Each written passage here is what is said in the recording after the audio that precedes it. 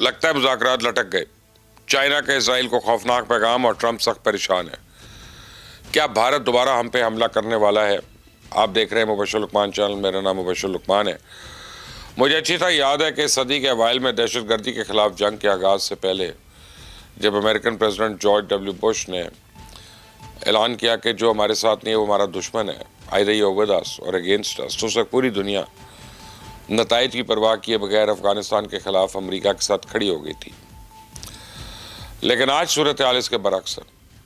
American president Trump आज पूरी दुनिया को ईरान की एटमी सलाहियत के बारे में खबरदार कर रहे हैं, अपनाए हुर्मुज़ की बंदिश के नुकसानात से आगाह कर रहे हैं, लेकिन इसके बावजूद मिडल ईस्ट या यूरोप का कोई भी मुल्क एलानिया तौर पर इस जंग में कूदने पर राजी नहीं है। फ्रांस, स्पेन और इंग्लैंड के बाद आज इटली ने भी अमेरिका को एयरबेस देने से इनकार कर दिया। हत्ता कि श्रीलंका ने भी इनकार कर दिया। अमेरिका ने इटली से सिसिली एयरबेस की डिमांड की थी। सिसिली गर्म पानी में घिरा हुआ एक जजीरा है जो मशरिक़ वस्ता के बहुत करीब है, और अमेरिका चाहता है कि ईरान पर अटैक के लिए यहीं से इसके तैयारे उड़ान भरें और वापस लैंड करें, क्योंकि मशरिक़ वस्ता में इस वक्त इसके पास कोई एयरबेस नहीं है जो ईरानी हमलों की जद में ना हो और वहाँ इसके फौजी महफूज रह सके। तो इटली के इनकार पर अमेरिका का गुस्सा 7वें आसमान पर पहुंचा है। यही नहीं, पोलैंड जैसे कमज़ोर यूरोपियन कंट्री ने भी अब अमेरिका को आंखें दिखाना शुरू कर दी हैं। अमेरिका ने इस जंग में शमूलियत की दावत नहीं दी थी, बल्कि उसे इतनी दरख्वास्त की थी कि वो अपने पेट्रियट मिसाइल्स की बैटरियाँ मिडल ईस्ट मुंतकिल कर दें।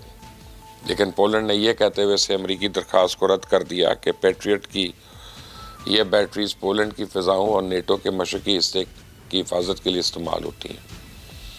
हमने तो इसे किसी दूसरे मकसद के लिए इस्तेमाल करते हैं, ना इसे किसी दूसरी जगह मुंतकिल करने की इजाज़त देंगे। रह गया मिडल ईस्ट और अरब ममालिक के इक़दामात सबके सामने है। वो अभी तक कमाल सब्र का मुज़ाहरा कर रहे हैं। अमेरिका की ख्वाहिश और इसराइल की साजिशों के बावजूद ईरान के साथ बराह रास्त उलझने से गुरेज कर रहे हैं, और ये तमाम अवामिल इस बात का सबूत है कि अमेरिका इस भरी दुनिया में तन्हा हो चुका है। एक नए वर्ल्ड ऑर्डर की तश्कील शुरू हो चुकी है, जहाँ फैसले किसी सुपर पावर के हुक्म से नहीं बल्कि बाहमी मफादात और इज्तिमाई दानिश के तहत होंगे। रशियन वज़ीर ख़ारजा ने पेशन गोई कर दी है कि इस वक्त दुनिया में ताकत की जंग अपने अरूज पर है, और ये जंग बहुत जल्द एक मुस्तहकम और मुनसिफाना दुनिया की तश्कील का बाइस बनेगी। सुने क्या कहते हैं। We can say that we are in the middle of a reshaping of the world order that will hopefully lead to the formation of a stable and fair multipolar world. But right now this restructuring looks more like disruption. इस वक्त ground situation ये है कि अगर America और Iran के दरमियान मुज़ाकरात फौरी तौर पर नतीजा के साबित ना हुए तो अमेरिका को मजबूरन इस जंग से हाथ झाड़ कर निकलना पड़ेगा। जैसा कि मैंने आपको पहले बताया था कि अमेरिका को मिडल ईस्ट अपने मफादात, फौजी अड्डे और इजरायली फ़िज़ाओं के दिफा के लिए हज़ारों मिसाइल दरकार हैं। ये स्टॉक तेज़ी से कम हो रहा है। तो अब अगर आप साल में 650 मिसाइल तैयार करें और रोज़ाना की बुनियाद पर आपको 200-250 मिसाइल फाइल करना पड़े, तो आप कितने दिन तक अपना दिफा कर पाएंगे? हथियारों की इस कमी ने अमेरिका की नींदें उड़ाई हुई हैं। तो अब तो प्रेसिडेंट ट्रंप ये कहने पर मजबूर हो गए कि जिस दिन हमें इस बात का यकीन हो गया कि ईरान की एटमी सलाहियत ख़त्म हो चुकी है, उस रोज़ हम वापस चले जाएंगे, और इस काम में ज़्यादा से ज़्यादा 2-3 हफ्ते लगेंगे।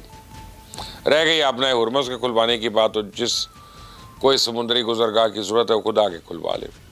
तो प्रेसिडेंट ट्रंप के सेक्रेटरी खारजा मार्को रूबियो भी इससे मिलती जुलती कहानी सुना रहे हैं।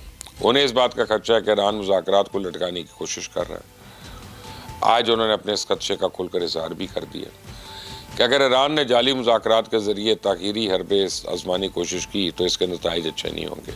सुने ज़रा। President Trump is not going to allow fake negotiations to be used as a delay tactic, to buy more time, to buy themselves space. That's what he's not going to allow. मुज़ाकरात की सूरत हाल इस वक्त यह है कि पाकिस्तान के वज़ीर ख़ारजा इसहाक़ डार Beijing के दौरे के बाद वापस आ गए। पाकिस्तान और चाइना ने इस दौरे का जो 5 नुकाती इलामिया जारी किया, इससे पहला मुतालबा तो फौरी सीज़ फायर का, जबकि मुस्तकिल जंग बंदी के लिए ईरान और अमेरिका को अक़वाम मुत्तहिदा से रुजू करने का मशवरा दिया गया। अब इस बात पे तो किसी को कोई शक नहीं कि वो अक़वाम मुत्तहिदा में तो असर भी नहीं मौजूद कि अमेरिका और ईरान को मुज़ाकरात की टेबल पे लिया। एक वाहिद पाकिस्तान है जो अमेरिका और ईरान को इकट्ठा बिठा सकता है, लेकिन इसे खदशा है कि इसराइल को शरारत करके बना बनाया खेल ना बिगाड़ दे। तो मगरबी मीडिया तो यहाँ तक कह रहा है कि मुज़ाकरात को नाकाम बनाने के लिए इसराइल ایران پر ایٹمی حملہ بھی کر سکتا ہے. تو اگر آپ اس حوالے سے میری ذاتی رائے پوچھیں تو میں آپ کو پہلے دن سے اس بات پہ کنونسڈ ہوں کہ اسرائیل ایران کو کسی ایٹمی سانے سے دوچار کرنے کی پوری کوشش کر رہا ہے. جس بے احتیاطی اور بے رحمی کے ساتھ اسرائیلی فضائیہ ایران کے ایٹامک پاور پلانٹس میں تابع توڑ بمبنگ کر رہے ہیں، اسے دیکھتے تو لگتا ہے کچھ نہ کچھ ہو کے رہے گا. اب جو مذاکرات آگے بڑھ رہے ہیں تو ایران کی ایٹمی تنصیبات اور سول انفراسٹرکچر پر اسرائیلی حملوں میں اضافہ ہوتا جا رہا ہے. تو ویکٹر گاؤ جو ہیں چائنا کے ایک تھنک ٹینک کے سربراہ ہیں، انہیں چائنیز پالیسی کا غیر سرکاری ترجمان بھی سمجھا جاتا ہے. کل اسحاق ڈار نے جو ہی بیجنگ سے واپس آنے کی اعلان بڑھی تو اس کے فوراً بعد ڈاکٹر ویکٹر گاؤ نے دو ٹوک الفاظ میں وارننگ دی کہ اگر ایران پر ایٹمی حملہ ہوا تو اسی روز اسرائیل بھی صفحہ ہستی سے مٹ جائے گا. Israel uses a nuclear warhead against any other country, including against Iran, it will be the demise of Israel as a country, as a state. میرے بہت سے دوستوں کو لگتا ہے کہ اس جنگ کو پھیلانے کے لیے بھارت کسی بھی وقت پاکستان پہ حملہ کر سکتا ہے. اب میں آپ کو بتاتا ہوں کہ میرے دوستوں کو بھارتی حملے کا خطرہ کیوں محسوس ہو رہا ہے. ہوا یہ کہ پچھلے 2 روز میں انڈیا نے جودھ پور اور سری نگر ایئرپورٹس کو 27 اپریل تک اچانک بند کرنے کا اعلان کیا. یہ دونوں ایئرپورٹس LOC اور انٹرنیشنل بارڈر کے انتہائی قریب واقع ہیں. اس کے علاوہ بھارتی قومی سلامتی کے چیف اجیت ڈیول اور بھارتی وزیر دفاع راج ناتھ سنگھ پچھلے کئی روز سے بھارتی سینا کے سربراہوں سے پراسرار ملاقاتیں کر رہے ہیں.